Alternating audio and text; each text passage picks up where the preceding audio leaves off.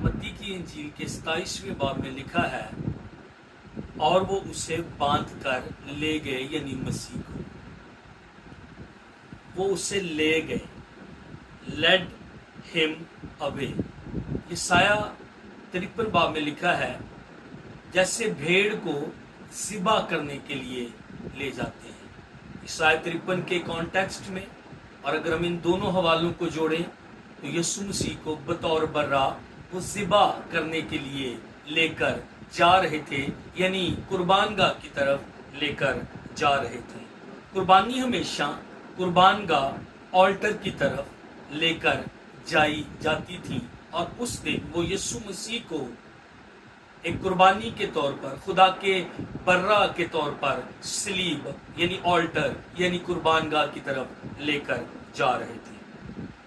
कुर्बानी के सारे अमल को हिकरीब कहा जाता था, और इस सारे अमल का इंचार्ज सरदार काहिन होता था।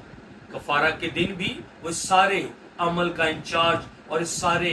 अमल का कफारे के काम के पीछे होता था और इसको लीड करता था। यीशु मसीह की मसलूबियत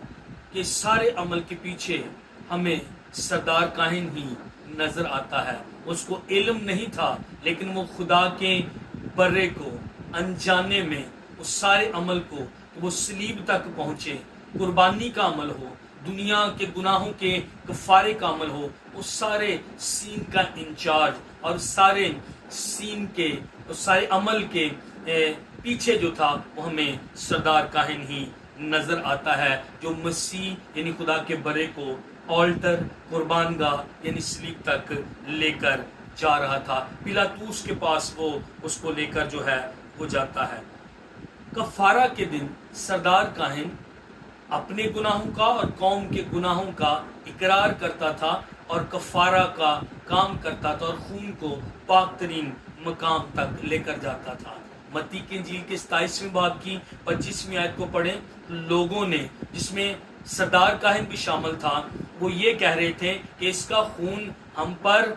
हमारी औलाद पर, इसका खून हम पर और हमारी औलाद पर, हमारी गर्दनों पर जो है वो आए। और एक तरह से वो ये कह रहे थे सरदार काहिन समेत, हम गिल्टी हैं, हम गुनहगार हैं, और इसका खून जो है वो हम पर आए, हम इसको